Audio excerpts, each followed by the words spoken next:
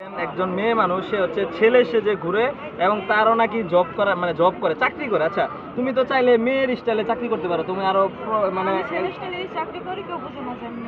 আচ্ছা আমার কথা হচ্ছে যারা চাকরি বাকরি করে ছেলেদেরকে বিশেষ করে বেশিরভাগ গালি দেয়, এই শালার বোধ কাম করস নাকি।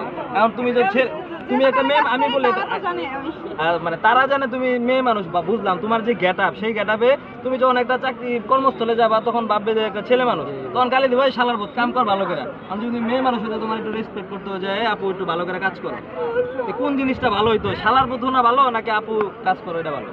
আপু বলে না ওই ছেলেদের মতোই দেখে কিন্তু সম্মান মেয়েদের মতোই করে, কিন্তু এটা তো দোকানের মানুষ জানে, বাইরের মানুষ তো আর জানে না। আচ্ছা বাইরের মানুষ তোমার যখন দেখে গালাগালি করে না? কেন গালাগালি করে? এই যে তোমার এই গেট আপ গালাগালি কামই তো করছো এখানে রাস্তা থেকে আইটা গেলে মানুষ গালাগালি করে না? কি বলে বলে কত কি বলে একটু শুনি। এই তো ছাত্রী বলে, ছাত্রী বলে যে ছাত্রী শুনতে ভাল লাগে। ছাত্রীরা ছাত্রী কইবে না তো কি কইবে? আলেম যাইতেছে এই কইবে। আলেম কইলে তো ভালো হইতো, তাও তো বুঝতাম যে না ভালো কিছু কইছে। তোমার এই যে তোমার এই কারণে তোমার বাবা মা যে কষ্ট পাইতেছে এটা তুমি বুঝো না?